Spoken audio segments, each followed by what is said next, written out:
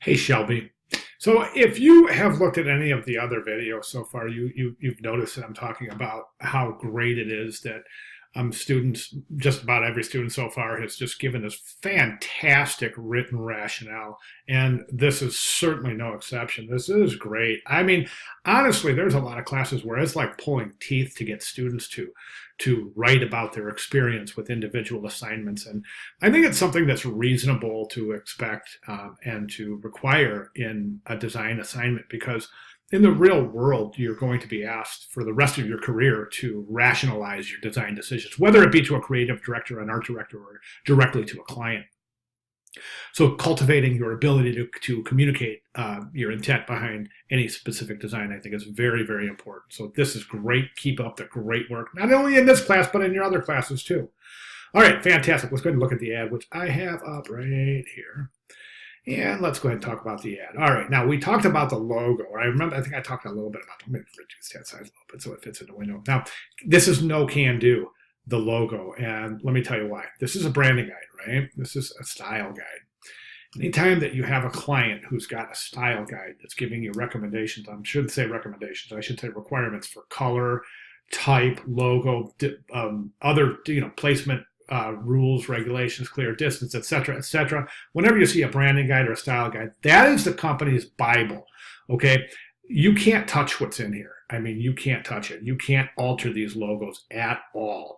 It's very, very important for a designer to understand that what you see is what you get. You place it, you don't touch it. No effects, no drop shadows, no clip, no strokes on the text, no nothing. Okay, I had a few years ago. I was involved in a lawsuit. I had created a logo and a branding package for a company. It was actually a company that did it was a real like 10 or 12 ministers, and they were involved in as wedding officiants. And we did a whole branding package, and we did a brochure and all sorts of things. And about 2 years later, I was online and I had seen an ad for this company, and the logo was there, but whoever did the ad had placed a drop shadow on the logo.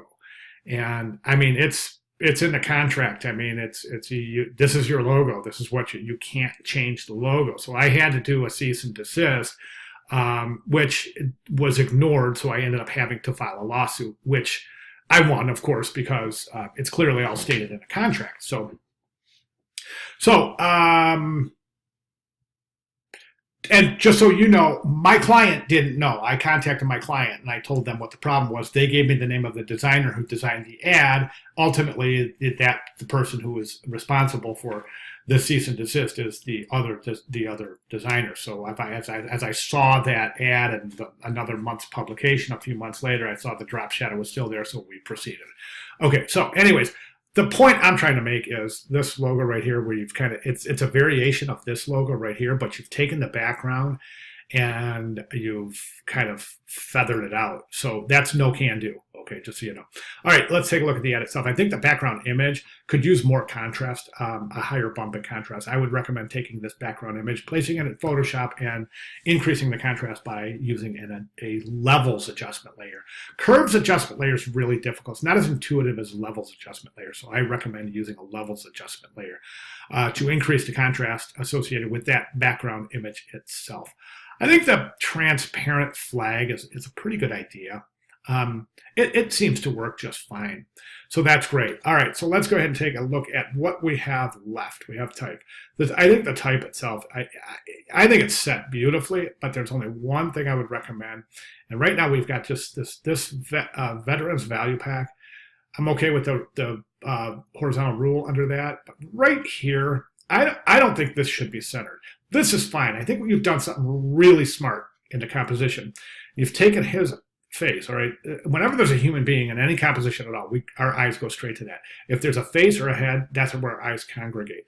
You can use that to kind of direct a viewer's eye through a composition. So by doing that, if you can take if there's a human face and it's looking in a direction, follow the sight line, and use that to your advantage. And then you've done that here very effectively.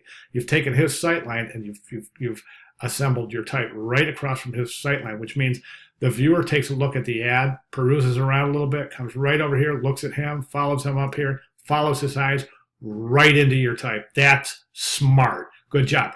What I would recommend doing is taking this centered and just left aligning it. Left align this subhead and then place it in alignment with that left margin right there.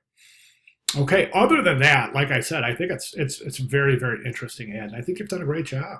So those are my recommendations. I'd love to see those changes made sometime before the end of the class, or if you want to do it now and resubmit, that's fantastic as well. All right, questions, comments, concerns, please let me know. Thank you very much.